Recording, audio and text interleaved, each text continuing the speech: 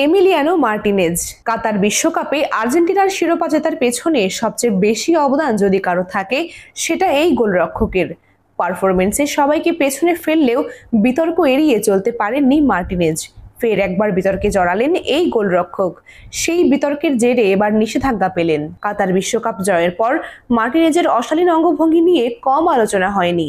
ফের একবার অশালীন ভঙ্গিতে উদযাপন করে আলোচনায় তিনি।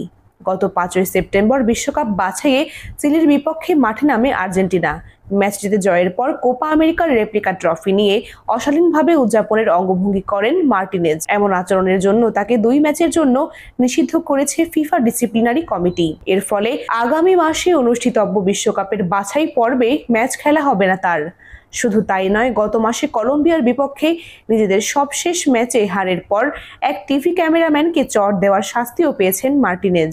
তার শাস্তির বিষয়টি এক বিবৃতির মাধ্যমে নিশ্চিত করেছে আর্জেন্টিনা ফুটবল ফেডারেশন।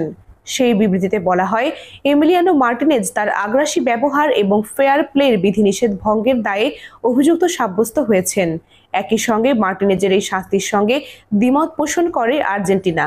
আগামী 10 অক্টোবর ভেনেজুয়েলার বিপক্ষে এবং 15 অক্টোবর বলিভিয়ার বিপক্ষে 2026 বিশ্বকাপ বাছাই পর্বের ম্যাচে খেলতে পারবেন না এই গোলরক্ষক, যা আর্জেন্টিনার জন্য বড় দুশ্চিন্তার কারণ বটে। You are watching Raj TV, জাগরণে Bangladesh. Please subscribe our channel.